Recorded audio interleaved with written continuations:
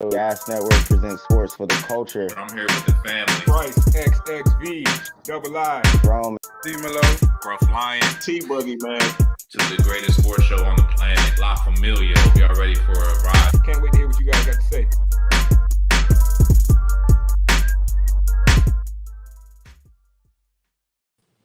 We are back. It's your favorite sports show, the best sports show on the planet. Guys present sports for the culture. I'm your host tonight at Bryce XXV Double I, aka Mr. Big Leaguer, aka my mama's favorite gas panelist. I had to bring that one back, fellas. Let's get some introductions. My man look like he's asleep. Bottom left, wake up, boy. I'm awake. What's up, fellas? I just want to say, I said it before we left. 1, 2, 3, 4, 5. 5, magic number. Mr. Jimmy Butler with 43 points, I believe. And I believe they're going to beat the Knicks in 5 again. Well, you're off to a bad start, so you need to get 4 straight at this point. Okay, my man, because there's 12 seconds left, and they down by 4. They won game 1. Yeah, that's true. So, yeah, good point. But you said 5 games, so, okay, my bad. You need to win 3 straight, my bad. Not impossible, but They're going back to Miami for 2. to win 5 games, a little bit of uphill battle now. But, G, you was right about the last series. I'm not going to take nothing away from you on this one, man. Bottom right, introduce yourself, sir. T-Boogie, man. Y'all know what it is. Wash your ass, man. Head coach Gasly, 4th grade AAU. Ready for a good show? You and me both. Hey, the hoodie is fire, bro. Top left, my man got the shades on like he ready for something. We're gonna find out what he ready for. Introduce yourself, sir. What up, man? Scruff Line, good ass sports, man. Feeling good today because you feel me. The NBA finally been stopping their bullshit. You feel me? And you know, I got a special guest right here with me today. The MVP of the league, Joel Embiid, is joining us for the show. He just wanted to say, fuck the critics. Fuck the critics. Fuck them narratives. And, you know, really, we should be 2-time MVP. But we'll take this first one. And shout out to us in game 1. Shout out to James Harden. Fuck the critics yet again. Because y'all say he ain't having no more. And y'all said we had no chance without Embiid. All right, that's all I got. All right. Sound like you had a little more in your rant there. I was gonna let you snap, bro. But it's a Fred Dylan Brooks expense. Matter of fact, we're gonna get into Dylan Brooks. We're gonna get into Embiid a little later. We're gonna get into all that NBA talk, man. And again, I like that. What is that? It's not a bobblehead. It's what? The Embiid joint. Oh, Yeah, it's a bobblehead. Yeah, it's a bobblehead. Right. Oh, it is a bobble. Okay. Yeah, he just wasn't shaking his head. You feel me? Okay. He's chilling. All right, we're gonna get to Embiid later, but let's start with some NFL draft, man. Before we get on the air, we were having an interesting conversation. T brought up he was having a conversation with somebody that mentioned that some of these Georgia players, especially the ones on defense, are more of a product of system rather than talent, and they will get exposed through this draft process and, you know, as they land at their teams, you know, at the next level. And we got into this conversation a little bit. So we was kicking it off today with NFL draft. So we going to just let y'all into a conversation we was having pre-show. So, like, I mean, over the last few years, bro, I'd say since Kirby Smart era, which started in 2016, Georgia's defense has improved. You know, it seems like year after year, they just get better and better and better to the point where over the last, I'd say 4 seasons, they have had one of the best defenses, bro. Maybe over the past 5 or 6 seasons. They've had one of the best defenses, not only in the SEC, but in college football. So you would think that would equate to a whole bunch of, successful NFL players on the defensive side of the football. But when T made the point earlier, we started looking through it, man. And when you look at this list, there's some guys who was really, really highly ranked coming out of college, going through the draft process, and none of them really amounted to what we thought they would.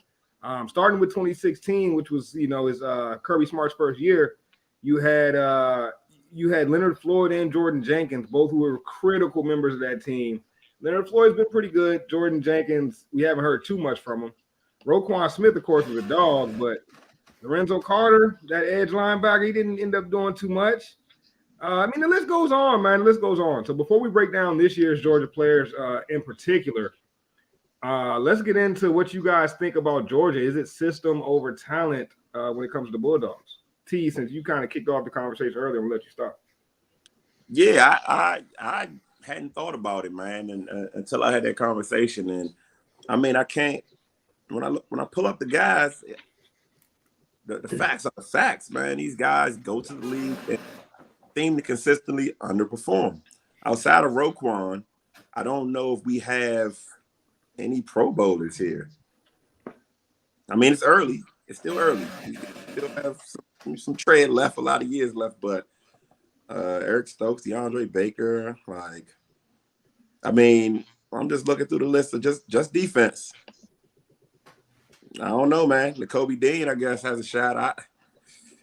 I don't know. I think there is some fire to that smoke, and that Georgia team is making a lot of guys that are probably really talented look that much more talented. Good point, bro. I mean, you named some of the names coming out. DeAndre Baker was supposed to be that guy. First round pick to the Giants, ended up flaming out. I mean, are we noticing a trend here? Gee, you are a Giants fan, and you guys have taken a lot of these Georgia Bulldog players. You know what this kind of reminds me of with the Bulldogs? I feel like we saw it from Alabama a few years ago. Remember how dominant Alabama was, I'd say, in that, 2012 to 2014 range? But with the players we were getting from their school at the time, the Reggie Raglins, you know what I'm saying? And they had guys, you know what I mean? But it wasn't like they weren't as dominant in the league as they were at college. And I wonder if this will repeat with Georgia. G, what you think, man? It depends on what team you land on, I believe. Depending on if you fit in those defensive schemes. I don't know. I feel like it's all about talent. When you're talking about schemes in the NFL, then it's a lot harder, assuming, trying to adjust. Yeah, good point. I mean, but some of these players had the time and they didn't make it happen. Scruff, what you think, man? You said Kirby Smart's first year was 2016, correct? I believe so, yes. Damn. My man had a point ready, too. That's all he needed to know. That's all you need to know. That's it. I'll catch y'all next week. Kirby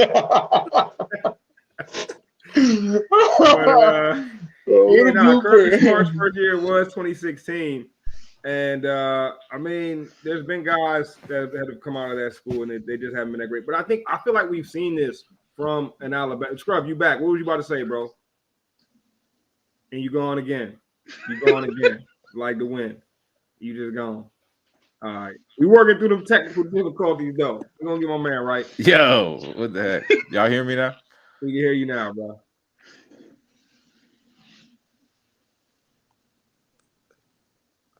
Buddy's having all sorts of issues. Yeah, my bad. Can y'all hear me now? Yeah, we can hear you. So what was your point you was going to make about Kirby Smart 2016? That's the year he got hired. So, you know what I'm saying? His recruits ain't really start coming in there until 2000 the next year, you know what I'm saying? Then it take about 4 years to get them seasoned up, right? So really, you should be looking at 2020 was when his recruits was hitting and they had the time, you know what I'm saying? Then it takes a little bit of time to build that culture. In my opinion, the best Georgia defense, the Georgia defense of 2021 was the most dominant defense I had seen in my lifetime watching college football. So I think that defense was different. I think that's after the byproduct of building that culture up. So, it takes some years, you know what I'm saying? Them other guys that was first round picks in 2017 through 18, those are probably cats that they was already on the roster and Kirby developed them. You know what I'm saying? They wasn't all the way through that show. I would really say 2020 and after was really when the cream started to rise with the Georgia program. And them other boys, first rounders, a lot of first rounders lately is what I'm going to say. So, I wouldn't say. I feel good about the Georgia guys we got. I feel good about. I think Carter might be the best Georgia player to come out of everybody in that group. All right, let's get into these Georgia guys because that's where this conversation is bringing us. And Scruff's taking the position of the Georgia guys are good because obviously his team just drafted a whole bunch of Georgia guys. So what else he gonna say right now? But to his point, 2021, that's the year. Well, 2020, we got they didn't have too many defensive players come out in 2020. But in 2021, that's the year we got Eric Stokes, Tyson Campbell, Azeez Ojulari. And I'd say Ojulari's a starter. Tyson Campbell, they've been, they were first rounders. Well, one was just missed the first round.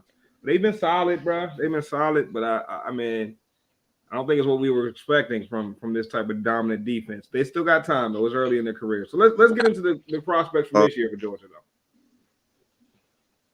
though. T, you about to say something? My bad, bro. No, I was saying I like Ojulari, but I think this conversation is really relevant to the Philadelphia Eagles, considering how they drafted. Yeah, and not just how they drafted this year, but how they drafted over the last 2 seasons now, right? They got 2022, they went Jordan Davis and went back to the Georgia well and grabbed Nakobe Dean.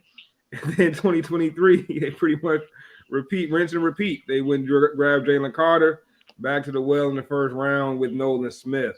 So let's talk about some of these players. And we took 2023. Ringo too. Oh yeah, and y'all took Keely Ringo. In the fourth round. I did see Keely Ringo go to you guys as well.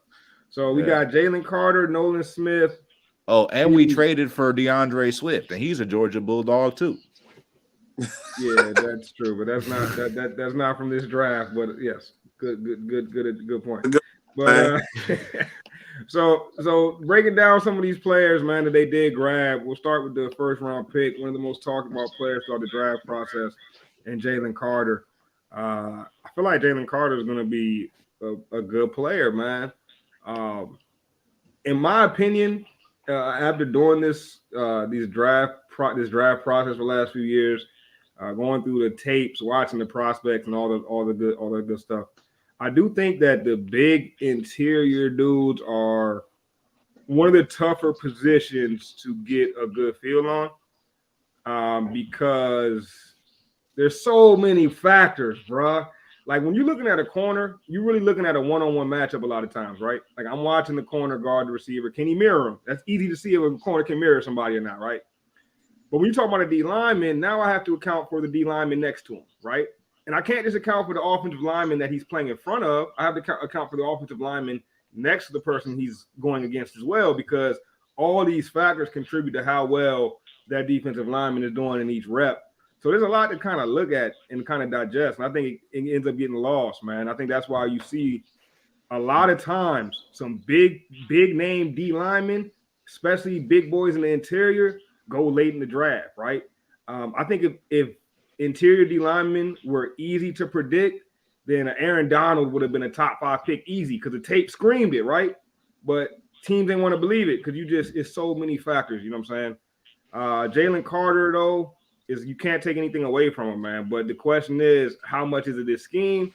How much is it the players around him, helping him contribute?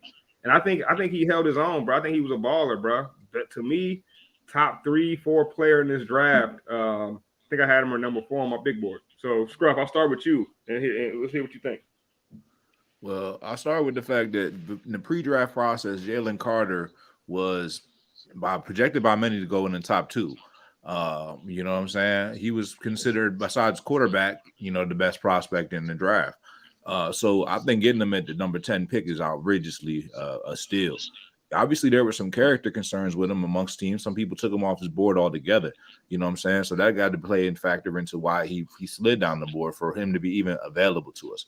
With that being said, I feel good about the structure in which the Philadelphia Eagles organization is. We're stepping into a winning organization. We have enough synergy there between the fact that we have Jordan Davis, Nakobe Dean. That's like his big bro. You feel me? Little bro made a mistake. You know what I'm saying? I'll be the first to admit I made many mistakes in life. Feel me? I've made mistakes as recently as today. You know what I'm saying? Realistically, we all growing and adapting. And I think the best environment, you got to have a structural organization to do that. So personally, I think if Jalen Carter was on the Jaguars, I don't think that would be a good look for him. With all due respect to Trayvon Walker that's over there. But the fact that he went over here to the Eagles and he over here with his guys that he already went to war with and had a great success. I don't know how many times Georgia won a national championship, but I do know they won it the last 2 years. So that's a different level of pedigree than I don't recall Roquan Smith playing in the national championship game. Yeah, yeah, good point. Jalen Carter's been going against top-notch competition, no question, and that's what's going to happen in the SEC. To the character concerns, and when you talk about the level of a steal he was, there's a reason for everything, right? And you drop him to the 10th spot. Whenever I hear a team to move the player off of their board, that's very concerning for me, bro. Whether it's medical or character, that's very concerning, bro, because what we don't get when we watch tape, I can watch all the tape I want to watch in the world, bro.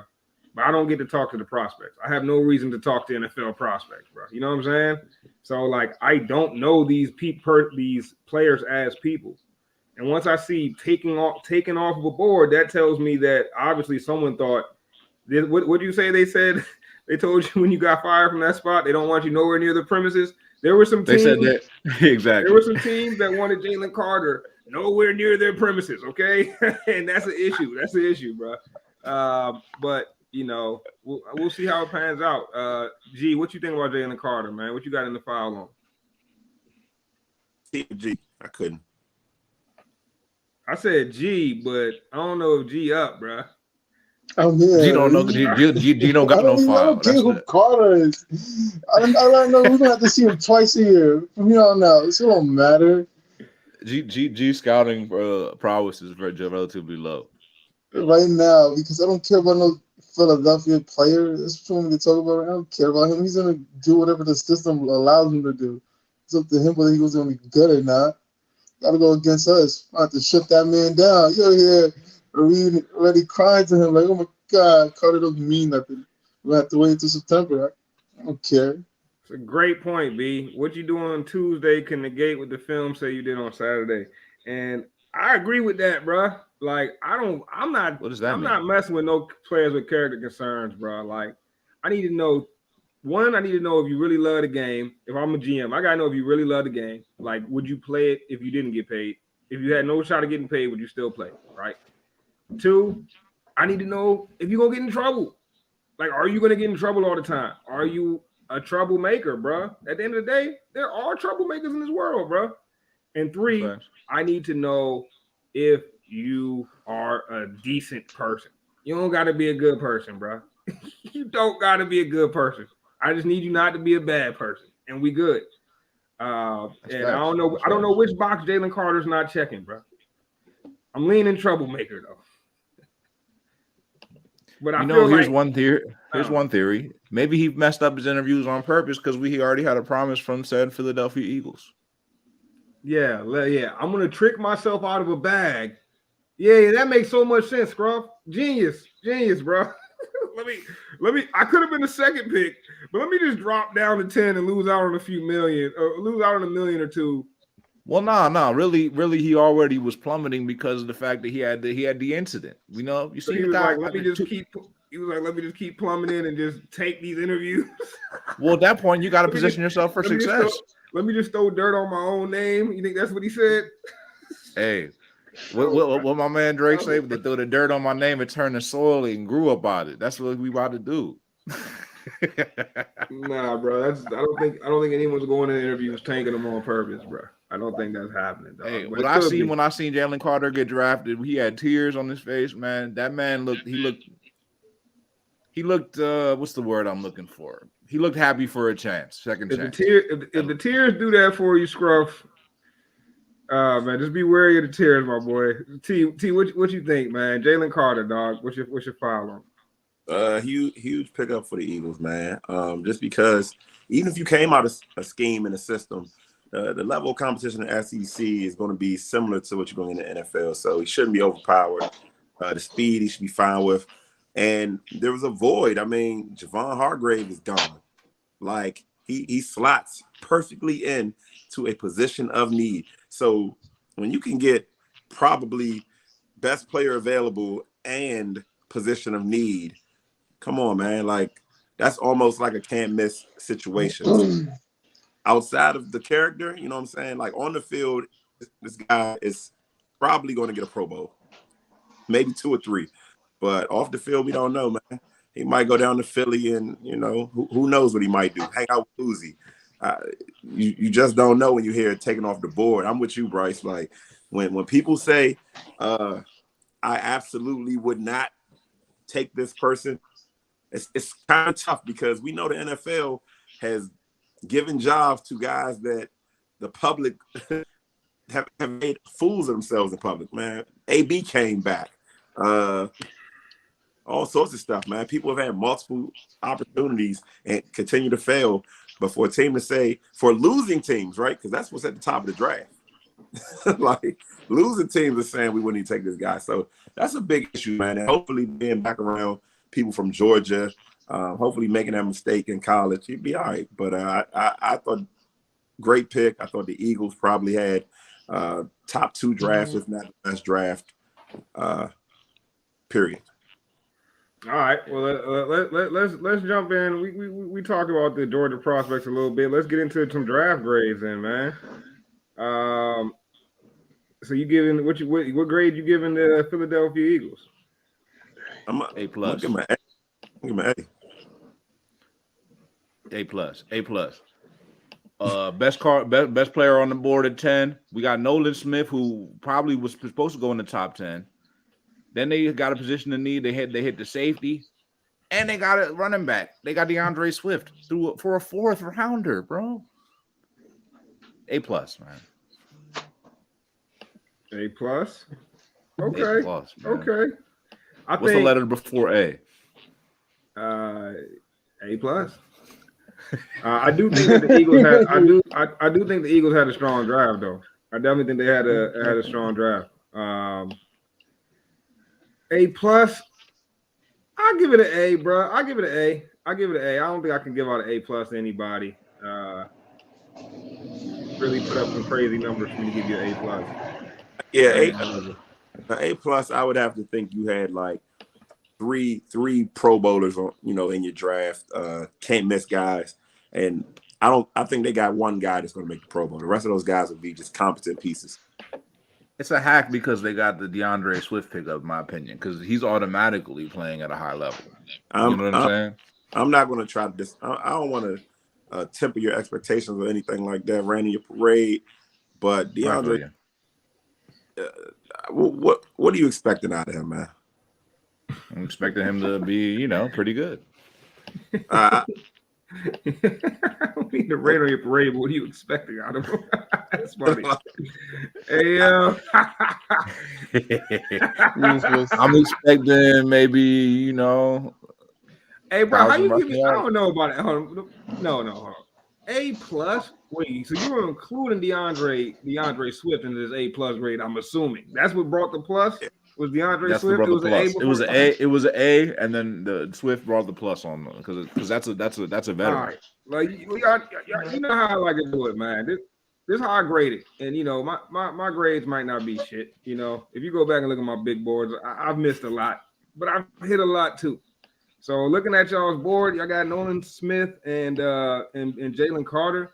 Both those players are in my top 50, bro. In fact, Jalen Carter was my number 4 overall. I think I had Nolan Smith at like 7, dog. So yes, Nolan Smith was 7. So in my opinion, those are 2 excellent picks. After that, though, y'all didn't get anybody else in my top 50, and I felt like you had the opportunity. Well, yeah, you did have the opportunity. The next pick we had was in the 60 something. Yeah, you had the second pick in the 3rd round, but I had a lot of players from my top 50 still left at that time. But yeah, but do the math, bro. That's like the 60th pick, son. How's it going to be in your top 50? All right. Do I got to explain this to him? Every team doesn't draft my top 50 in the first 50 picks, Scruff. Does it make sense? How someone could be 60 and not? All right. I hear you, but I'm just saying, like, we get to the hunt. I had Terry McLaurin in my top 50, and he was drafted at 76. I go on for days about this. But my point is, y'all still nabbed 2 players in my top 10. So you do that, and I feel like how could that be an unsuccessful draft? I'm not in love with the later round picks though. I'm shooting darts in those later rounds. I don't love Tyler Steen in the 3rd round. I feel like there was some more value there. He's a tackle in college. I don't know if he's That's going an to be a O-lineman guard or from tackle Alabama, either. right? O-lineman from Alabama. He played tackle. He played left tackle, matter of fact, and he's held his own, but he doesn't look like a tackle at the next level. We'll see what he figures to be. Keely Ringo was another player that if I would have done like 4.3 a top, speed. yeah, and if I would have done like a top 100 or top 150, he definitely would have been in it. But top 50, he didn't make my list when it came to corners. He wasn't even in my top 10 when it was all said and done when it came to corners. But the corners were so good this year, like I told y'all, you got to grab a corner, bro. Like, well, that was like a, you know what I'm saying, a no-brainer. I feel like if a team didn't grab a corner this year, they disrespected their fan base, bro. What about the safety we drafted? What's his name? Oh, Sidney Brown, Illinois. Sidney Brown, a twin brother, is the running back from Illinois. Both got drafted the same day. That's pretty dope, man. Like you and your twin brother go the same day. Sidney Brown is a good great player. Story, by the way. Illinois had 5 defensive backs drafted, bro. There's only 5 defensive backs that start. Their whole defensive backfield went, and most of them went. 2 of them went in the first and second round. Devin Witherspoon went in the first round. He a dog. I like Sidney Brown, bro. I think he's projects more of a strong safety to me. I don't see the free safety range out of him. I see more of a strong safety, but he's not afraid to hit. None of them Illinois boys are afraid to hit. Them, yeah, it's serious over there. It's serious over Illinois, bro. I don't know what they feeding their D-backs, bro, but I think it's gonna be one of them schools for like the next 3 or 4 years. They're just gonna have D-back after D-back, and every year we're gonna be like, damn, another Illinois D-back. Some boys going crazy. Yeah, I get the Eagles. I get the Eagles a solid draft alone. I give the Eagles an A-. If we throw in DeAndre Swift, I guess I'm an A. Can you buying that, T? All right. No, you what you trade a 4th round for him? Yeah, 4th rounder. You traded a 4th round pick on a team that they got rid of him to bring in a rookie, which tells me that you could have also brought in a better rookie. So it's like, yeah, or the Detroit Lions is just doing Detroit Lions-y stuff. No, I thought the Lions had a solid draft too. I thought most teams. I was shocked, and time is a tell, right? But I thought most teams. I thought they reached on that Gibbs pick. Let's go with the Lions then. We don't got to hit every team's draft grades. We'll just do a few. We'll do a few. And T, you brought the Lions. I think that's an interesting case study right there. So let's jump into it, man. Jahmyr Gibbs, first pick, number 12 overall. You not buying that pick, T? No, I'm loving that pick. I think he's probably the best running back in the draft. I think he's poised to have a 2,000-yard season, 1,000 on the ground, 1,000 in the air. I think you're looking at a potential NFL superstar. Yeah. Hey. Well, you said 1,000. You might be right. I don't know about superstar, but star, I'm with you already. I think first year he comes out, and if you're in a dynasty draft, you're drafting this guy in the first 1 or 2 picks, and that would have been with DeAndre Swift still on the team. All right, that's how good this dude is. You talk about what an A draft looks like. The Detroit Lions is what an A draft looks like, bro. That's what an almost A+ draft like, bro. They first 5 picks to me, that shit go crazy, bro. Like, dog, what they add in the first 5 rounds, I think they got 5 players all within my top 50, which to me means something. but like all of them probably gonna be starters within the next year or 2. Jahmyr Gibbs, he's gonna be with all due respect, most of those picks were in the 50s. Because Brian Branch was 45. Yeah, so of course they got picks in your top 50 because they had more picks in the top 50. Yeah, they had 5, 6. They had 6 picks in the top 50. Nobody's fighting that. Nobody's debating that. But what I'm saying is they have 4. You still have Scrub. You still have to hit the picks, Scrub. Like if you compare my top 50 to McShay's top 50, it looks totally different. If you compare mine to anybody, it looks totally different, bro. You still have to hit them. Like teams be having picks, and I be like, who is this guy? Be in the top 50, like. But to me, bro, Jahmyr Gibbs is gonna be a star. Jack Campbell, I thought was the best linebacker in the whole draft. Sam Laporta when the more I watched it, I thought he was the best tight end in the whole draft. And my board reflects this. So it's not just like they got top 50 players. They got the best players at the position to me. Brian Branch, I thought he was the best. I thought he was basically tied to be that best corner safety, that slot guy to lock that extra defender that rolled down. I thought he was the best guy for that. And then they got Hendon Hooker, bro, who we all agreed was a dog. That's a hell of a draft, bro. That's a draft for real, that could, like, the Lions been trying to turn that page. Flip that page, bro. Flip that page, Lions. Scruff talking shit about you. Flip that page. Detroit Lions think we flipping that page, bro. We legit now. This draft is like, hold up. Y'all looking legit over there, Detroit. I respect it. I respect that. That's an A draft to me, bro.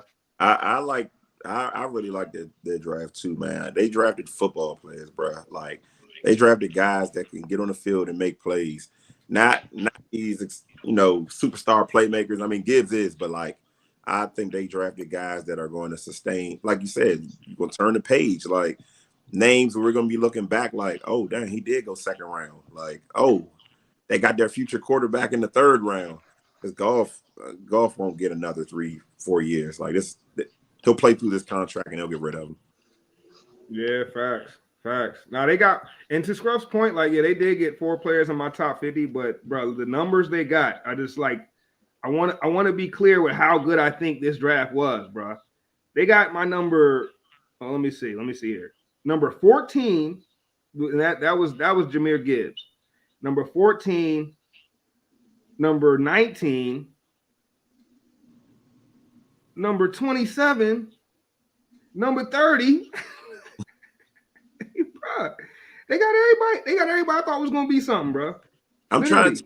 I mean, it's like, how did he, like, bro? It's almost like I was drafting for these dudes, bro. If this was Madden, they basically was taking who I probably would have took. So whoever their GM is, bro, we on the same page, my boy. Good work. I mean, I like the tight end from Iowa, man. I'm biased because I'm a Kittle fan, but I like the tight end from Iowa. But the reason why I heard Iowa was a tight end factory. I mean, them boys block out there. So if you can run and catch, and he can make guys miss too. That's one thing I do like about a tight end. If you can catch the ball and make the first guy miss, whether that's a juke or a break tackle, like, I think it's value in that. That's chain moving ability. But I was bringing up I thought most teams drafted well because I think my very own 49ers might have had the worst draft of the year. Like, all right, let's get into y'all, man. Let's get into 49. Maybe we'll pick one or two more teams after the Niners. If y'all want to revisit draft grades again next week, we can. But if not, we'll keep it put. Yeah. The problem with the Niners, though, bro, y'all ain't had no first rounder. Makes it tough. We didn't have a first round or a second round pick. All right, let's jump into it, man. So y'all did end up with a third rounder, Jair Brown out of Penn State. He's going to start. He's going to start next year. Maybe not this year, but he's starting next year. He's going to play snaps, special teams, but next year he's a guaranteed starter. I like that pick. Where do you see him starting though? Safety across from Hufanga. See, I don't see him as a back line safety. I see Jair Brown more of like a fourth linebacker role. You know what I'm saying? Like that guy that can match up with a tight end in a pinch. He can match up with a receiver in a pinch. He's not afraid to bring it in the run game. That's the 49ers scheme. Both of our safeties kind of got to be able to do everything. So Hufanga got to go high sometimes. Sometimes he in the box. Sometimes you got to pass rush. Sometimes, you blitzing. Like, we got 2 interchangeable pieces at safety. That's kind of how we do it. He gonna really have to rely on his instincts, bro. Because to me, I did watch Jair Brown tape, and to me, I didn't see the closing speed to be like a backline defender in the league. He's not fast. He's a smart guy, but at the same time, the rest of the defense is fast. All our linebackers are 220, 230 guys. Everybody's fast. Hufanga's not fast either. But when you got good instincts, I'll put it like this: if I run 4-4-3 or 4-4. And I step in the wrong direction when the play starts, I'm now a 4-5 guy. No question. Like, you got long arms. They say long arms turn to, a 4-5 to a 4-4. You know what I'm saying? Because you can reach out and cut some time it takes to get to the ball, right? So I get what you're saying. I do see him more as that fourth linebacker, but I don't think that's a bad pick at 78. It's pick 78. You're trying to fill a hole, and if y'all need that, that slot guy that can mix in, that's a very valuable position in today's NFL. In fact, it's a starter. That's a starter in today's NFL. He's a starter. I agree, he's a starter. The problem is the next pick. All right, Jake Moody, and bro, if you follow college football, Bro, he was you Mr. know that. He was Mr. Consistent. So he's inconsistent. No, I say he's Mr. Consistent. Like under. I say, if you watch college football, you know Jake Moody is that guy. Like it was him, and it was the kicker from Maryland, and they was both that dude. And Jake Moody been doing it every year, bro. He's the Lou Garza every year. Every year he kicks, he gets the Lou Garza, man. So Yeah, but if you draft a kicker in the 3rd round, he better be Justin Tucker. You guys? I've seen that shit. That's funny as hell. Yeah, you draft the 3rd round kicker, you better be Justin Tucker. But in the draft where you don't have a 1st rounder, you don't have a 2nd rounder, maybe your mindset with what a 3rd round pick means to you looks a little different. Maybe every pick you make, you really trying to get a starter, and you needed a starting kicker. You know what I'm saying? Yeah, I feel you, right? Because he's plugged in. He's slotted in as the starter. I mean, he might have a little competition with Gonzalez, but he's the starter. But if you come in out of college and you miss a few picks, like you're done. Like you pick on 2nd, 3rd chances too often. Like you're done. You blew that 3rd round pick. We could have went any other way. Tackle, running back, I would have been fine with even another safety. But kicker, it's like, do you want? Okay, you got the best player at their position in the draft, and that was the only position at that point in the 3rd round you could do that at. So I ain't mad at it. Luxury pick. It's a luxury pick. That's what they call it. All right, moving down to Cameron Latu. I like Cameron Latu, bro. Tight end out of Alabama. I mean, he's not gonna jump off the tape, but all he was Mr. Consistent in Alabama, bro. All he did was catch everything thrown to him, make the most of all his opportunities, and he always played big in big games, bro. Always. He knows how to sell. One thing I really liked about him is he knows how to sell the block before he gets out on his route.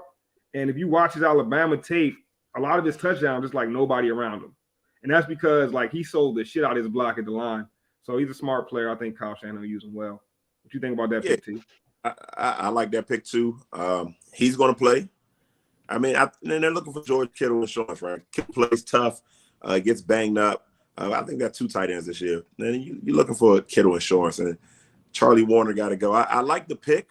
49ers didn't make bad picks, right? But the kicker, to me, just throws it all down the drain. He got to come in and really. I'm stuck on the kicker. The rest of those guys, I don't see any Pro Bowls coming from any of those players. They might be starters, but you'll be redrafting at those positions, except safety.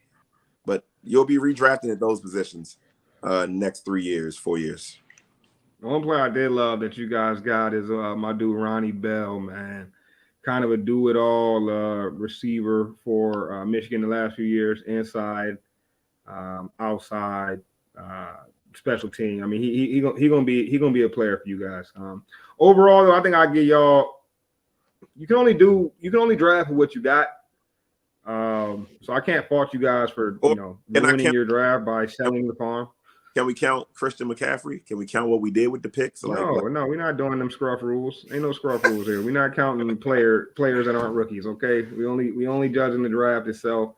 And for that, I'll give it a B-, bro. I don't think it was awful. I thought it was a C. No, I ain't gonna lie to you. You got me there. I mean, that just bumped you up from a C+ to a B+. Y'all might. Hey, at least you consistent, my boy. I respect that. Y'all want to hit one more team? Y'all trying to keep it pushing to some NBA now? I think we could keep it pushing. Maybe we could say like who one more team honorable mention without explaining it. But I'll say the Steelers had a pretty good draft too. All right. Anyone else want to throw a draft out there that they liked? The Giants, of course. I ain't gonna lie. I thought the Giants had a good draft too. Jalen Hyatt, I think that's a steal. Facts. I was happy you said pick them up. I got more of a comment than the team. Your boy Will Levis didn't go as high as you thought. Who, Oh. me? Or G, I'm about to say, because I wasn't on. No, hold on. T, in the lucky guess, remember Bryce said Felix was going to get drafted in the first round, and your last picks were Felix last week, and you called it. I said I love Felix. I said he was the first No, rounder you to me. didn't. Remember when we said, "Oh, which one is likely not to happen?" And you said Felix was that one pick that wasn't going to happen.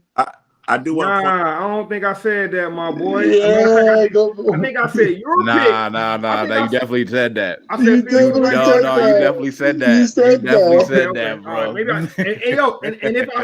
the beautiful thing is my board exists, right? My board exists, right? So if I said that, it's only because I thought teams was going to overlook them, right? But if you go to my big board, where do I have Felix? I got Felix at number 34, bro. And he landed at what, 31? So 32. Looked like the team saw 31. about how I. No, nah, 31? He was 31. It was only 31 picks. But it looks like Yeah, the Mike. team I forgot saw it about how I saw it. At least the Chiefs did. It's just I didn't think. I thought he was gonna be one of the players that got overlooked because of his college production wasn't quite there. But shit, you can't argue with the measurables. I'm still gonna run that tape because I don't. Run the tape. I don't know if I said that exactly. Dog. All you gotta do is go to the end of the draft. It's right there. We should run the tape and see who got closest to the real deal. I think I hit more than you guys, but Yeah, you definitely hit a couple early. I remember that when we was in the group chat. Couple players, bro.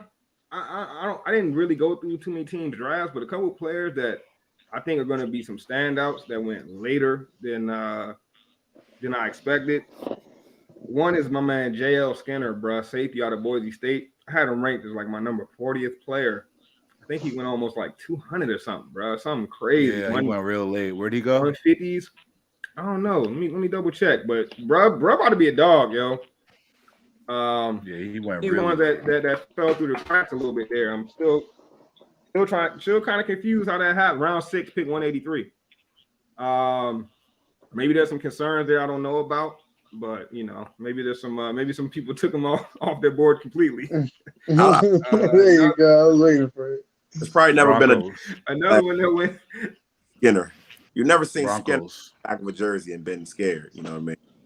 Like bullshit, dog. No bullshit, dog. Remember Brian Skinner? Hey, look, hey, I ain't never seen nothing on the back of a jersey and been scared. First of all, I don't know how y'all rocking out here in these streets when it's game time, bro. I don't care what's on the back of that. I don't care what's on the back of the jersey, and I damn sure don't care what's on the front. All right. Nah, I ain't gonna hold you. When Takeo Spikes is coming at you, that drawing a little ferocious. That's a ferocious name.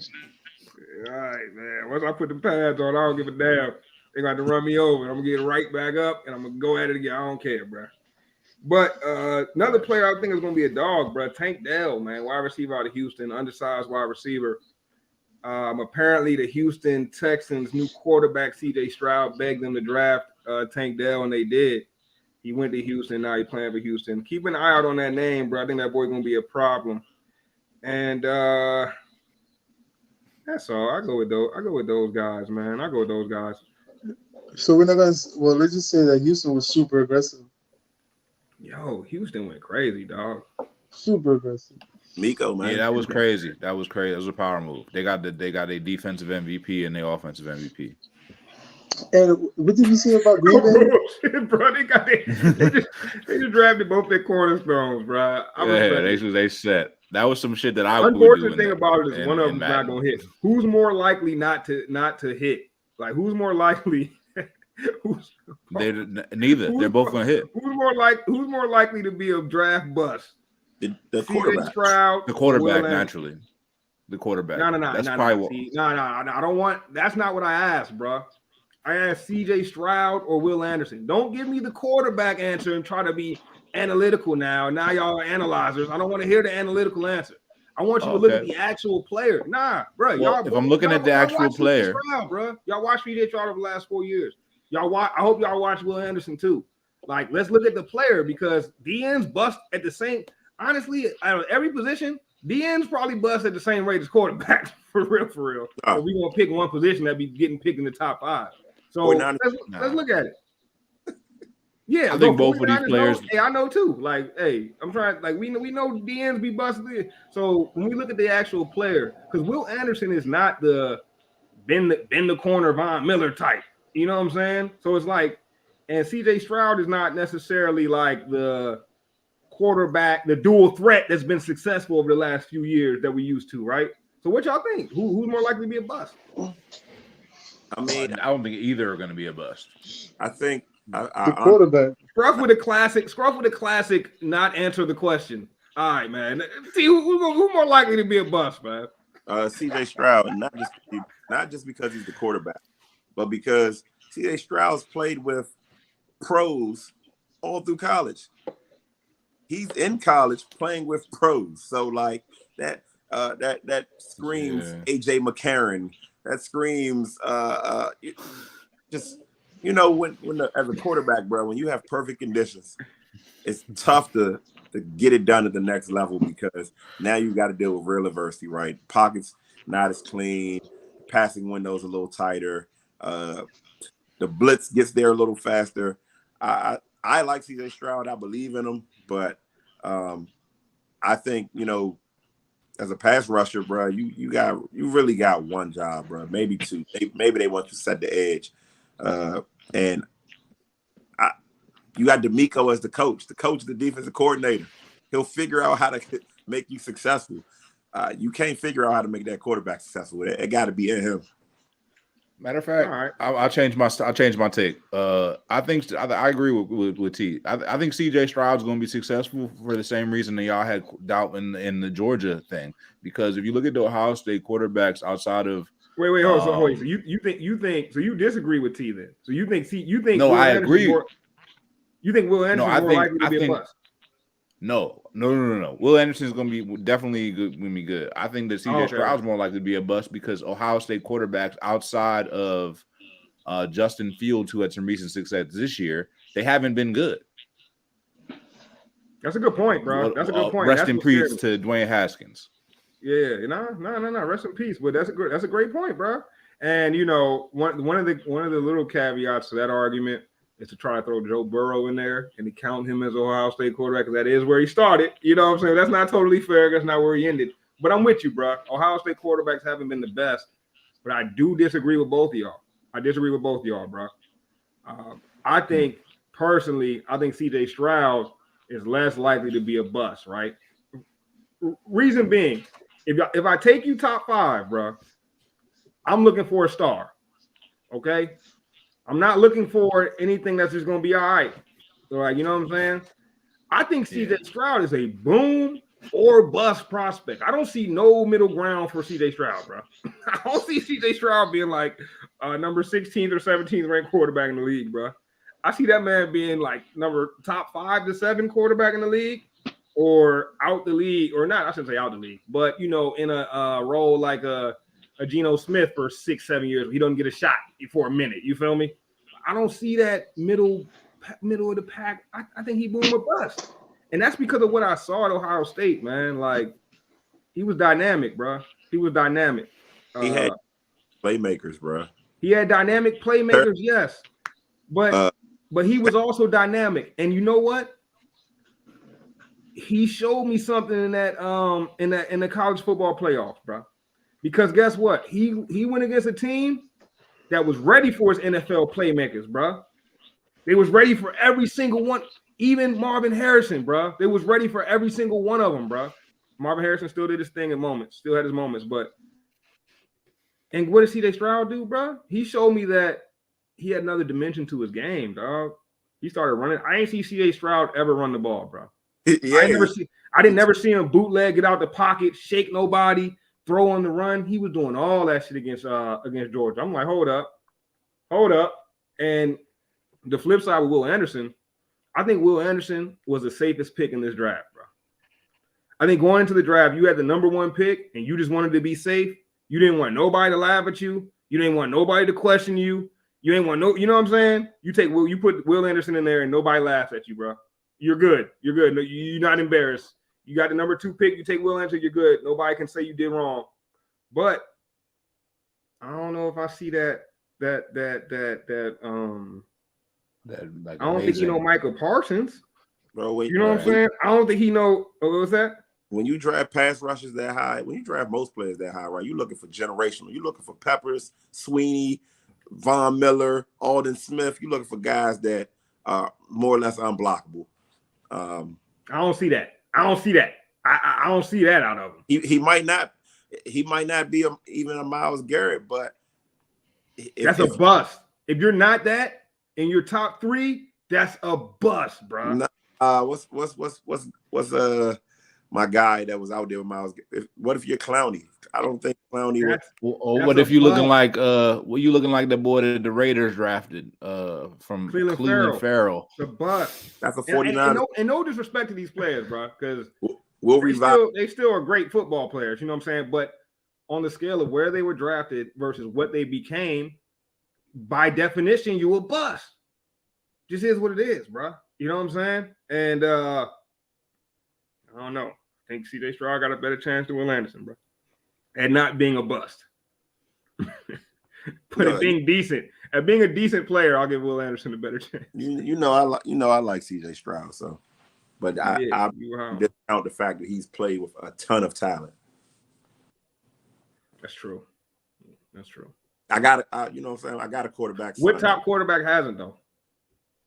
I mean, name me one top quarterback that came out in the last, like, that was rated top. Not that, you know what I'm saying, not that ended up being nice, but that was rated a top guy that didn't have 2-3 NFL receivers with him. That was rated a top guy? Yeah, coming into the draft process. I mean, that didn't have 2 or 3, even Bryce Young.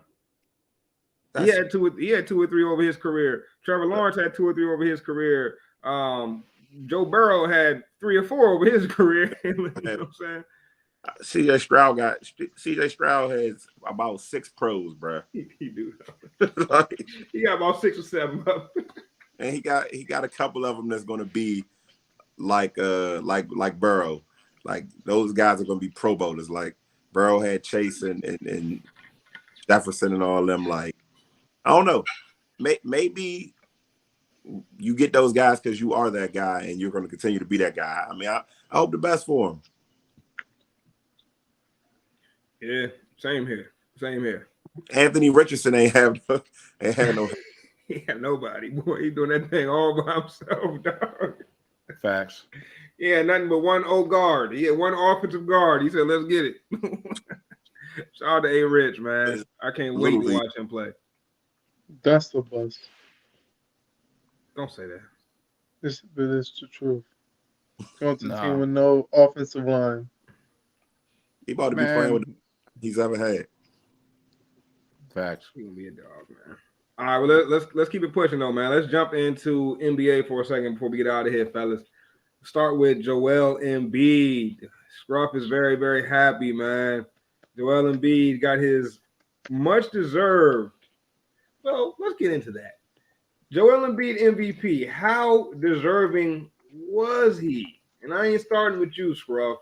Starting with G. G, how deserving was it Joel MVP of MVP? Joel Embiid. I call him Joel MVP. Damn. Joel Embiid of MVP. How deserving was he? He was well deserving. I'm not gonna lie, because if it wasn't for Jokic's last month where he just stopped playing, where it was just sloppy ball, instead of those months before where he was just giving us a triple double for a center, if he would have kept that up going to the end of the year, he would have been 3-time MVP. Yeah. It's just Embiid just ended the season a lot better. The only real way we can just settle this is if the Sixers make the championship and the Nuggets make the championship. Neither of those teams will make the championship. Neither of them will. But the only way that's true. I don't know. That's cat. Right now, I don't know. That's cat. That's mad cat. Now they got a good chance. Now you's a hater. My boy's a hater. I'm hating, bro. Who I'm hating on? A little bit. Which team am I hating on? Which team am I hating on? They're not the favorites, but they in the mix right now. Right now, the Sixers is up 1-0 on Boston, and right now the Suns is. I mean, the Suns is on the ropes right now. Heat beating whoever comes out of Boston, the Philly. You crazy? Remember, I said it. The Heat, and specifically Jimmy Butler, is beating whoever comes out of Heat Philly. Bro, all them teams on that side of the bracket is high level mid, bro. All right, they didn't just take out the number 1 seed. He was hurt. No, he That's the wasn't. only team I was fearing out of that bracket. Y'all wouldn't have Was took him out. Giannis. Giannis went down. The whole shit went in smoke. And then the Knicks guy out here thinking that they something. They doing all right. You know, they're mid-level mid. Like I said, 4 seed, 5 seed mix, you know, high level mid. Now we got another hit here I don't know again. what Scruff's talking about with this one, man. Word. Boston, Philly, whoever wins that series is gonna win the East. I think you might be on to something. That's a fact. Whoever wins that Boston, series Philly, wins the the winner East. wins the East? I think Absolutely. I'm telling y'all right now, Jimmy Butler beats whoever comes out of Boston and Philly. Jimmy Butler But he's not healthy. He has to make it out. He's not going to make it out if he doesn't play. Oh, Boston could sweep the Heat. The Heat, bro. The really bad matchup. They really would they would destroy them. Mid-level. Bro, what do y'all? No, they wouldn't destroy them. Then why didn't the number one team in the league destroy them? Because their best player went down. No, he didn't, Scruff. Didn't. What are you talking about? What do you mean by he went down? What do you mean by that? You talking about he twisted? Talking about the Bucks. The Bucks. Giannis got hurt. He missed time. He went one game? He came back and was unhealthy. Yeah, he dropped like 40. He was not healthy, bro. He did. He was not healthy. What are you talking about, bro? He took every damn shot. Man, get out of here, bro. Okay, so what about Joel Embiid? Is he healthy? We don't know. But they won without him, so that's encouraging. You telling me Philly got a good shot? Okay, Giannis lost because he wasn't healthy. But Philly got a good shot when Embiid's not healthy. What are we talking about? It's not about the narrative, my guy. It's about what actually happened in the game. So the point is they are up 1-0 and they stole a road game. That's important. There's going to be Joel Embiid is only going to hopefully, you imagine, get healthy. I'm not saying y'all can't beat Boston. I'm not saying that. Y'all might beat Boston. My point is that the Heat are taking out the winner. In my opinion, taking out the winner. Yeah, but are the Heat going to beat the Knicks? Because how many games is Jimmy Butler going to miss? Jimmy coming back next game, bro. Yeah, but he's going to be tired out, bro. He finished the first game. After he rolled his shit, he finished the game. Who is Jimmy Butler supposed to guard in that Philly series? If let's say Philly wins. Why wouldn't he guard James Harden? Why wouldn't he? Why would that be a tough guard for Jimmy Butler? Why would anyone but Joel Embiid be a tough guard for Jimmy Butler in that series? Barbecue chicken. He's not healthy. Who's barbecue chicken? Jimmy Butler, bro. Okay, Jimmy Butler. Bro, first off, Jimmy Butler is probably the top 5 defender in the league. So if he's getting barbecue chicken, then every single person in the league is getting barbecue chicken. So you're gonna ask me who is Jimmy Butler gonna guard? Don't. That means you don't think no one in the league can guard anyone from Philly, bro. So no, that's not true.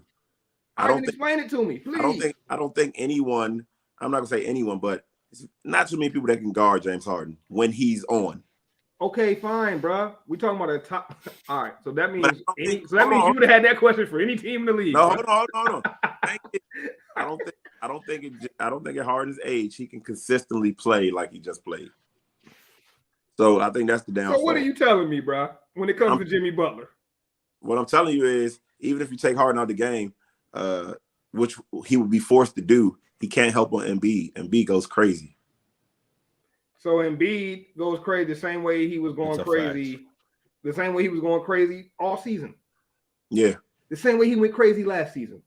That resulted in nothing. When Scruff told me he should have had the MVP, right? That same Embiid. All right, cool. Maybe Embiid does what he does every single game, bro. And maybe he's more healthy than Jimmy, since that's what y'all are kind of trying to sell me on. They're like, Jimmy, the Heat are in trouble because Jimmy's hurt, but the Sixers, they good because they stole one game and Embiid's hurt. The Sixers are up in the series. Don't forget, Jimmy stole the game 1 too, right? Don't forget that. You just leaving that out conveniently. You're like, oh, but Philly just stole game 1. Like Jimmy ain't still game 1. No, but they stole it. But Jimmy, but they stole game 1 with Jimmy, and now they don't have Jimmy. We stole game 1 without Embiid, and now we will have Embiid. You see the difference? Will y'all have him game 2? I haven't seen a report that says Embiid good to go for game 2. I ain't seen it, bro. Hey, I watched the interview with him today. He's doubtful before he's questionable. Is he doubtful yet? Is he upgraded from doubtful to questionable? Can I see a questionable report before I start believing he's in for game 2? based on his interview with TNT today, I think he's gonna play. All right, I bet. You do be having an insider. You do be getting the insider interviews. So I ain't see that one, but I'll take your word for it. Joel Embiid plays game 2. They tie it up, or let's say they take a 2-0 lead, which they're not, bro. And if you want to bet money right now, we can bet as much as you want. I don't think the Heat get out of this. You know, I only bet Dubs. If you're that confident, Scruff, that now y'all got Embiid after y'all stole game 1, then now y'all gonna go up 2-0. I'll bet the farm against you. I'll bet you can name No. I mean, I don't. I think this is y'all gonna be I'm the same gonna be honest. boat as Jimmy. No. So this is how I'm looking at it. This is how I was looking at the Sixers fan, right? We without Embiid, and maybe for the first 2 games potentially, right? That's really the realistic situation, right? The fact is, I was hoping to go to Boston and come back with 1 dub. Okay. I already got my 1 dub. I'm good. Honestly, if Joel doesn't play the next game, I don't even care. We could tank it up. Paul Reed could go fucking have a fucking ball. If we win that game, it's a bonus. The fact that we won a game without Embiid on the road, it's a bonus. When we get home, game 3 in Philadelphia, game 4, we're going to hold that shit down. They're not going to beat us at home. All right. If you're right, y'all will win the series. If they don't beat you at home, you all will win the series because you now got the home court advantage technically, right? Actually, you know what? The more and more I think about it, I think the more and more I think about it, Joel is probably not going to play in game 2 because we already won game 1. Yeah, yes, that's a good point. And he's probably not. And you know what?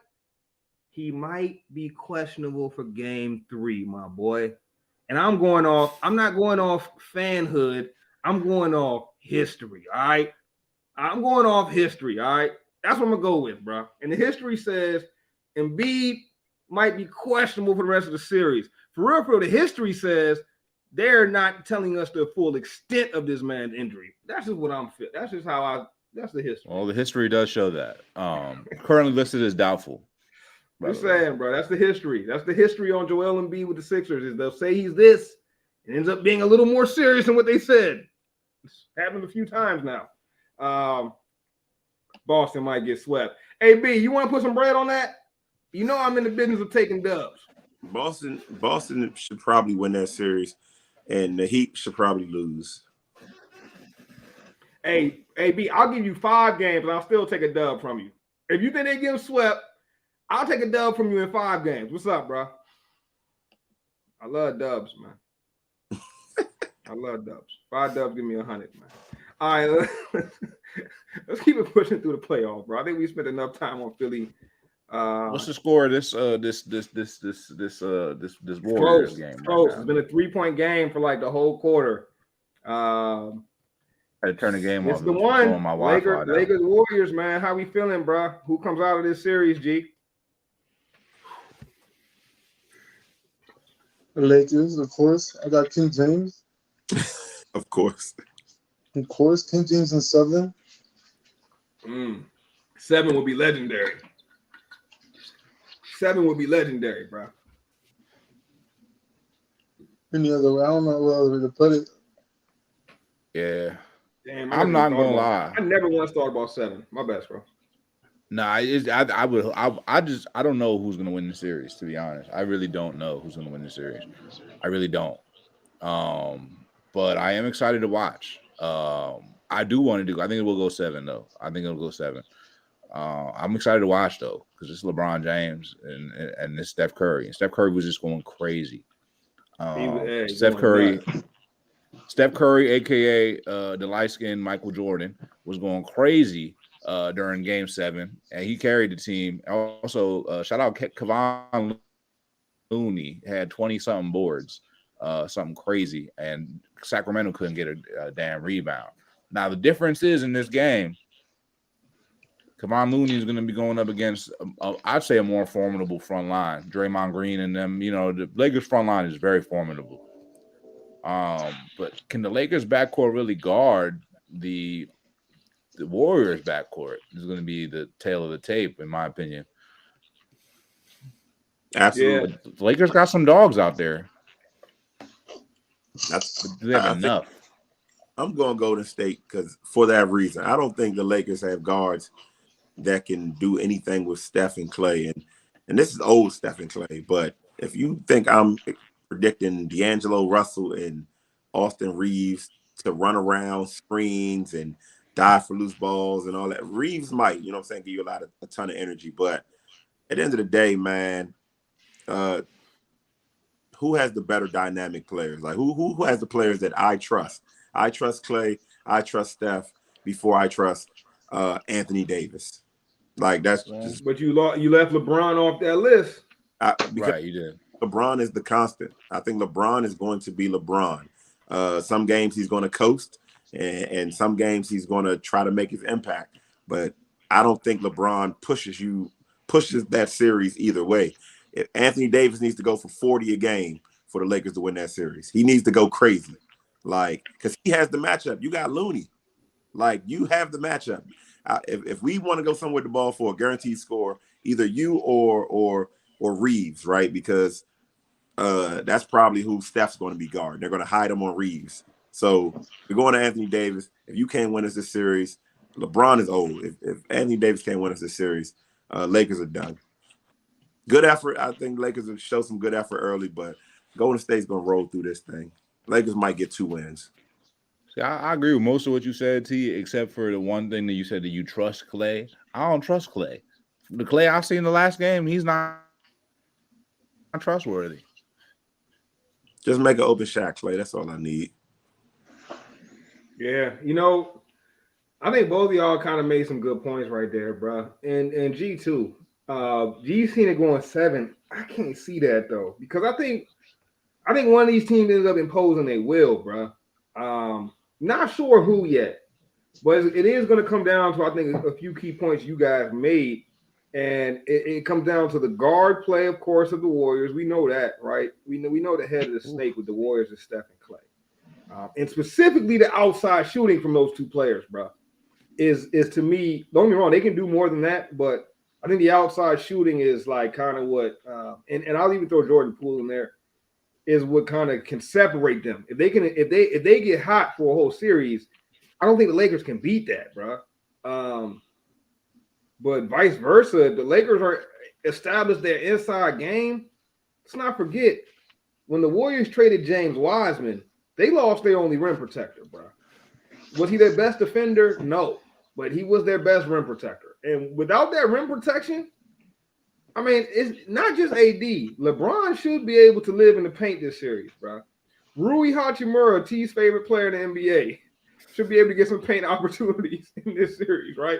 I ain't gonna lie, he looking like an X Factor too. He is, bro. He been adding something, and it ain't like he's doing something he wasn't doing on the Wizards. A lot of people be talking like Rui doing. No, he doing the exact same thing. That's Rui was always doing this, bro, and he's not playing defense the same.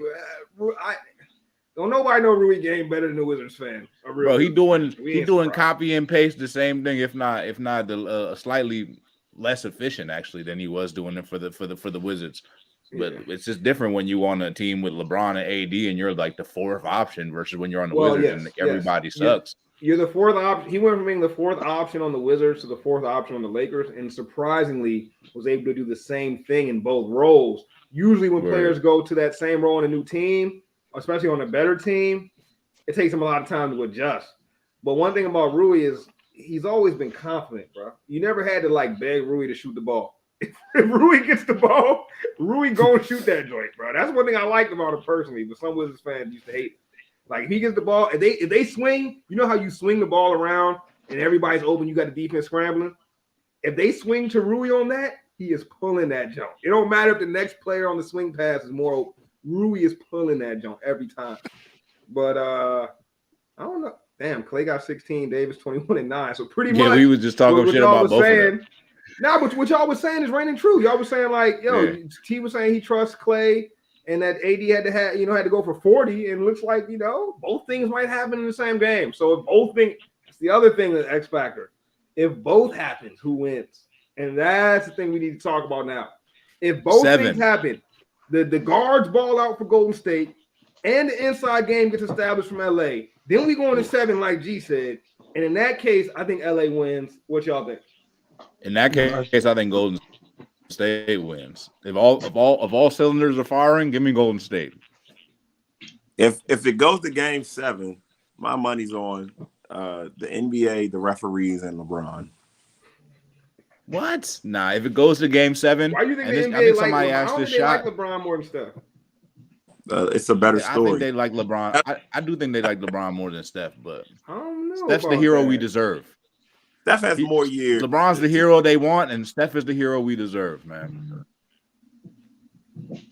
Steph is not the hero we deserve. You know what I mean? LeBron It is is the what it hero is. we deserve. Yo, Look, I'll tell you what, you and got a final shot. And this is one thing TT say about LeBron. If you got a final shot and this is Game 7, who you putting the ball? Who you want the ball in the hands of LeBron James or Steph Curry? Me, I want the ball. I want that final shot going to Steph Curry.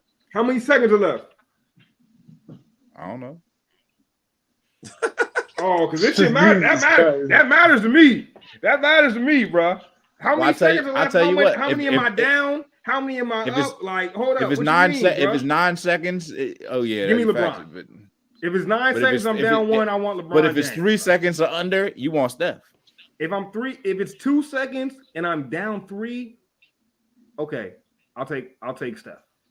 I don't want LeBron in any circumstance. I want Steph. Steph's a way more clutch big player. Game winners, and I ain't saying Steph never hit no game winners, bro, because I had to go back and look.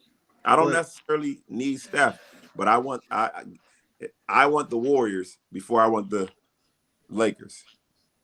Yeah, but Give me Scruff did specifically ask Steph Curry LeBron versus Steph with the last shot on Game on the line. I'm taking LeBron James. I'm taking Steph Curry. And if Game 7, Steph Curry all day over LeBron James, Game 7. Have y'all seen Steph Curry hit a game winner? I know he has the range from about half court, so we got. Have you seen him hit a game winner? Yeah, well, I've seen him hit buzzer beaters. I'm sure I have. I don't recall if they're game winners. Hold on. So you don't recall a game winner, right? Be honest. Yeah. Don't hit me with the I'm sure I have. Because guess what? I recall LeBron game winners. I recall them things. And you know what? I like to go with history, fellas. History don't fail me. He's got some game winners. Oh, he's got some game winners. We all know. YouTube video. Got a game winner off the glass. He got a game. Hold up, bro. I'm just saying. He's got 8. He's got 8. All I'm saying is I've seen it happen, dog. And when I've seen something happen, I like going with them odds. You feel me? I like going. With all due respect, most of the time when the Warriors play, I'm asleep. So you know what I'm saying. Hey, listen. When I go to the roulette table and I see 5 straight reds come out, I don't bet black. I go with red one more time because I go with the history. All right. Some people see 5 straight reds, they're like, "Oh, I gotta bet black," because But I see 5 straight reds, I'm gonna bet on that 6th red coming out, bro. Personally. Well, in that case, you should be picking Golden State because Golden State just won the chip. No, I'm just talking about when it comes to LeBron versus LeBron. This is solely LeBron versus Steph for the game winner. Who won the last time they played in the series? Steph in that, right? LeBron has 19 game winners. Steph has 8. Ooh. I knew my eyes wasn't deceiving me. Yeah, now, but that's because LeBron be ball hogging. That's because he be ball hogging. LeBron's probably in the league about twice the years of Steph. So, well, maybe not twice though. Maybe. Well, okay, that's fair. But he has more than double the game winners though. So still, it's something there. That's fair. Hold on, man. LeBron might be at the top of the list for game winners missed too. So if Steph is like, he ain't hiring Jordan for game winners missed. He ain't hiring Jordan for game winners missed. I'm gonna look it up because if Steph because Jordan had that poster where he had numerical he put the numerical value on that joint. I was like, damn, that's a lot. You remember that shit? I was in like the 4th grade. I'm like, dang, missed that many shots. Remember the commercial? He was like, in my career, I've missed 97 game winners. It's like, damn, dog. It's a lot of game winners.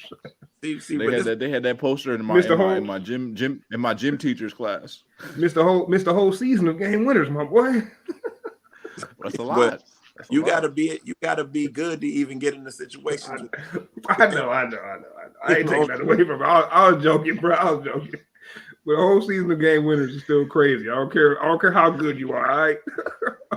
Whole season of missed game winners is crazy. Yeah. Definitely. Do you have the stats for how many LeBron's hit versus missed? I'm looking for stat news. It's like every time T compliments LeBron James, he has to come with a negative. 565. He had 18. I don't got an accurate stat for it. 565.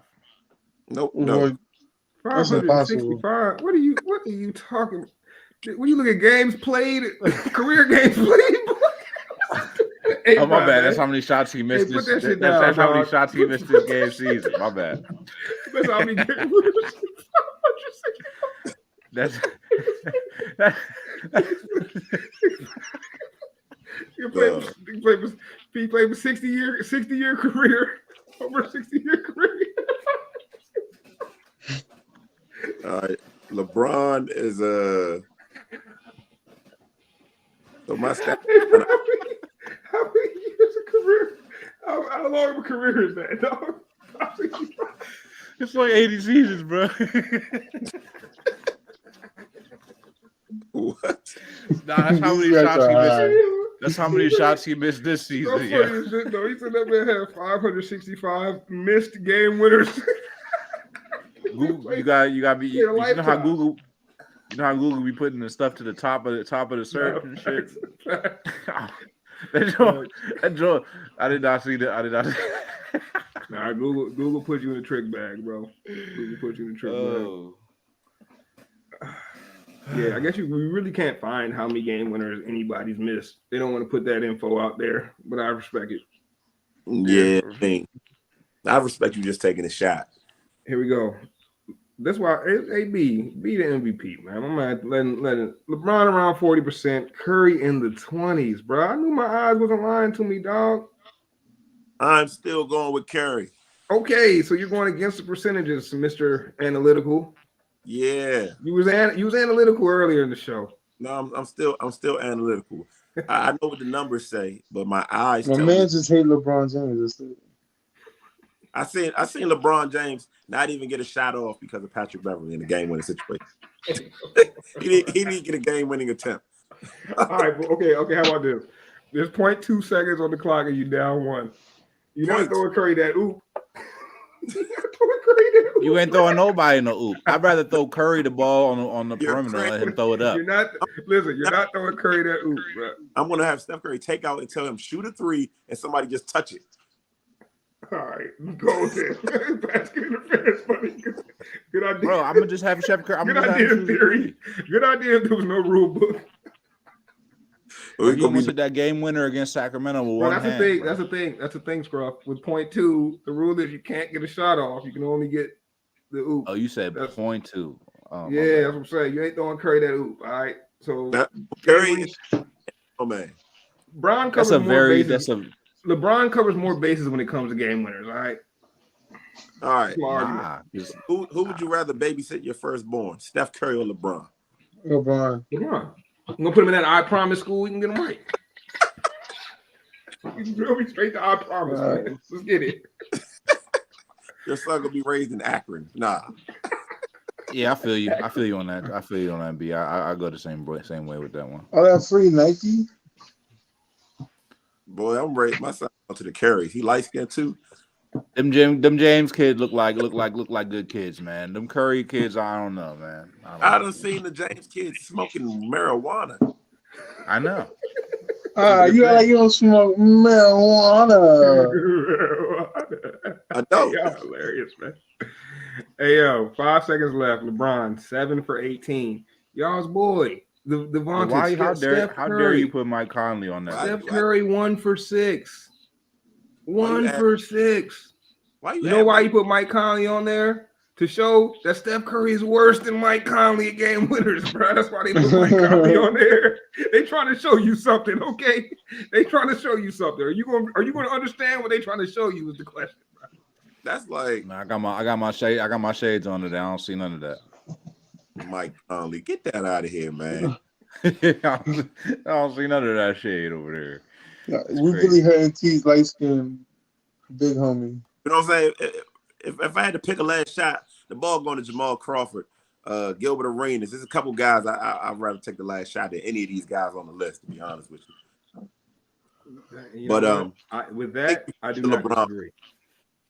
With that, I do not disagree, T. Gilbert Arenas. At least on this list, I'm sorry, Mike Conley, but LeBron got you. Hey, I will say this, and I'm gonna just say this early, bro. This is gonna be really some Scruffadama shit if this shit happens. But keep an eye on Draymond Green. The fraud propaganda police are on the high activity alert with that man, because between the LeBron sexual shit that he got going on and the shit he was doing last series, he might tilt the whole series and throw this shit and then get signed next season with the Lakers or some bullshit like that. Yo, but hold on. Braun sexual. What the fuck?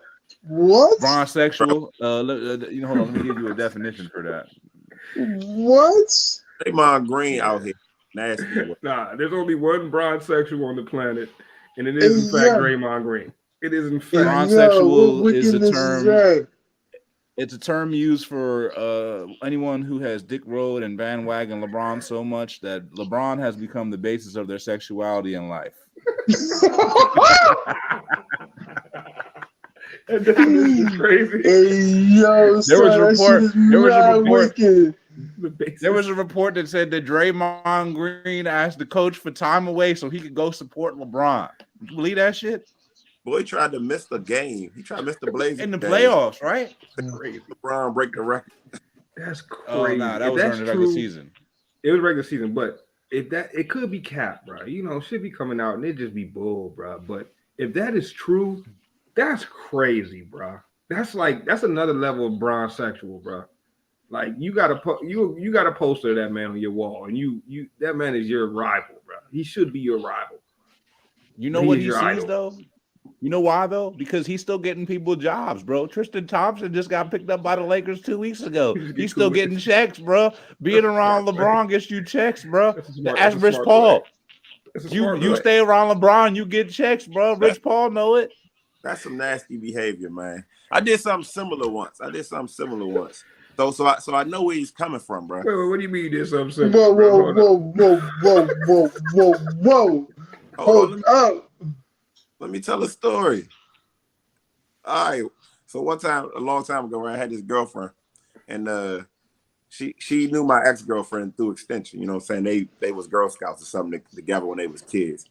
But my ex-girlfriend had gotten pregnant, had a baby, yada yada. So my current girlfriend is in college. She wanted me to come down for the weekend. I'm like, no. The ex-girlfriend wanted me to go see the baby. So I'm like, would you mind if I don't come down so I can go see the baby? Wait, was it your baby? No. Hold up, dog. Hold on. Hold up, lost. You was visiting Siege? I'm going to. No, you was just trying to make sure that boy that come out with a goatee. No. I'm going to Scruff's. I'm going to Scruff's Point, man. Like when you want to be in a situation, sometimes the situation you in, it don't matter. You gonna find a way to get to the situation you want to be in. So wait, let me get this straight, T.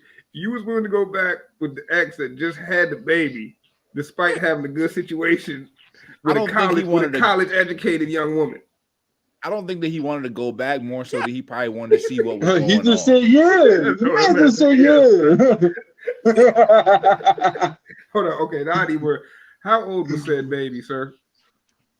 Oh, he was drinking milk right off the nipple. Hey, yo, sir, 1 to 10. Yeah, can you wait, are you still dealing with that woman now? Hold up, T. So let me just get this clear. You was ready to assume the stepdaddy role over this nice college educated young woman that was inviting you to the dorms. Hold on, you're assuming that this girl was nice. She was college educated. You're assuming nice. She was not nice. Before the word demon time existed, that was her. Oh, man. So is it fair for me to assess that at the time you just weren't all that great at picking girlfriends yet? No, I was amazing. But I was amazing at it. To be honest, these are all nice girls even to this day. College educated, you know what I'm saying? Smart. You just told me she wasn't nice. No. She'd have been nice for somebody else, not for me. She was crazy for me. She keyed my car and all sorts of stuff. Yeah, that's how it goes though, man. For somebody else, she's gonna be the perfect girl, but that's really how it goes though, That's how it goes though. Yeah, you catch one of those and it's just man. But the basis of what I'm saying is sometimes as a man, you gravitate to the piece to where you want to be. Draymond obviously wants to be under LeBron's wing. That means more to him than being under Steph Curry's. Don't be surprised. Bro said if you see Draymond playing for LA next year. I called it. I made the call in the group chat, man. Draymond will be on LA next year. He might The be only thing with Draymond and LeBron playing together is it's a spacing issue. Yeah, yeah. Draymond is basically LeBron without all the Monstar powers. If Monstar sucked his powers right out of LeBron, you would get Draymond. Oh damn! I hate to put it like that, bro, but that's really what it is, bro. If you take the Monstar power, like if LeBron touches that basketball from Space Jam, original Space Jam, you know what I'm saying? He instantly turns into Draymond Green, dog.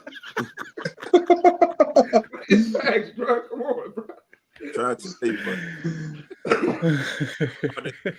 Yo, that's wild, disrespectful. My bad, bro. Yeah. I think Tell the writers Draymond, on the next. that's why Draymond rock with him so much. Because Draymond look at him and be like, damn, dog, like you were like Super Saiyan me. You know what I'm saying? He's looking at him, he's looking up at him like, bro, this is my perfect form, bro. He's just like, dog, I'm striving. Yo, the more I think about it, the less mad I am at Draymond. I think he's just a man striving for greatness.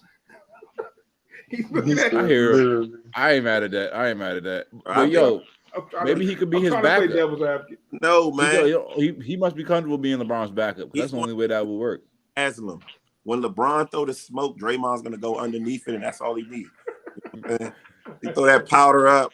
He experienced some of that greatness, and he gonna be Udonis Haslem. Yo, bro, no cap. Besides the Haslam reference, I could really see him doing that with the smoke thing. Bro, he's gonna be over there hanging out with Bron and Bronny. When Bron, wherever they go, Draymond's gonna follow. So he about to be a part of the entourage. What you telling me? Hey, Draymond got kids? He got kids? Draymond got kids? I don't know. If he do, he might get his kids some scholarships too. Shit, stay around Bron. I know where Draymond's kids go to school. Hey, I'm gonna tell you. They go to I Promise. Okay, they all enrolled in I Promise. They all enrolled in I Promise, bro. You ain't playing no games, bro. Look. I'm gonna tell you what I really think he's doing though. No funny. Like I really think he wants a career after basketball, like podcast, analyst, yada yada yada. So I think he gonna end up working for them for Spring Hill. That friendship into like I got LeBron stories. That's my boy. We hang out like he's trying to raise his likability because you can't go from stepping on people's chests to being on TV. So I think he's trying to raise his likability. And who better to be next to than LeBron? Nah, that's a good point, T. And you know what another thing he could be doing? This would be like, I'm not saying Draymond Green is not a genius. He could very well be a genius. And if he was truly a genius, pumping up LeBron is kind of genius. Because like if you keep pumping him up and you saying how great this dude is, but you beat him again, then you just pump yourself up low key. You know what I'm saying? Like, hey, you're the best. You're so everybody's done that to somebody before. In my back in the day, I used to have to do it to my man Scruff when we played the video games. I told y'all about this story. I give him a little encouragement, like, yo, you balling today, boy. You killing it, dog. Yeah, I thought that shit was genuine. I had to keep you playing the games, man. I thought that shit was genuine. Yeah. Crummy motherfucker. Oh man. Hey, fellas, but I think we probably hit like some predictions head on tonight. I can't wait to revisit the full conversation we had about the Warriors versus Lakers. I can't wait to revisit that after the series is over, bro. Because somebody on this panel was right. We just don't know who yet. Yeah, good chance somebody was right. What's the score right now? It's close. Last I checked, the Lakers were up 3. 65-64, Lakers. I will be tuned in for the rest of the game. I think the winner of this game has what's LeBron got right now? And what's Steph Curry got right now? Bro, is my name Google? It's like now I'm playing. Yes. Actually, I have Google up. So LeBron has 12 points, 5 rebounds, 4 assists. Anthony Davis 23 and 11. Kevin Looney has 13 rebounds. Klay Thompson has 18 points. Jordan Poole has 13 points. Steph Curry has 10. All right. Well, we'll see how these predictions hold true, man. Hey, fellas, good stuff tonight. Yo, we hit on a lot of topics, Ooh. and it was pretty. Right now, Lakers are shooting 12% from 3. Well, if they just get that up to 20, they probably win the game. But they're shooting 54% from the field. Take a What run that T? freeze. Oh, T was breaking up. Say again. I don't think the Lakers, if Golden State can get up in these games, I don't think the Lakers have the shooting ability to get back, or the defense ability to get stopped. So we'll see how it go down. That's a fact, T. I can't wait to break down the next game, man. It's gonna be a lit series for sure. But hey, good stuff tonight, fellas. Everybody brought it tonight.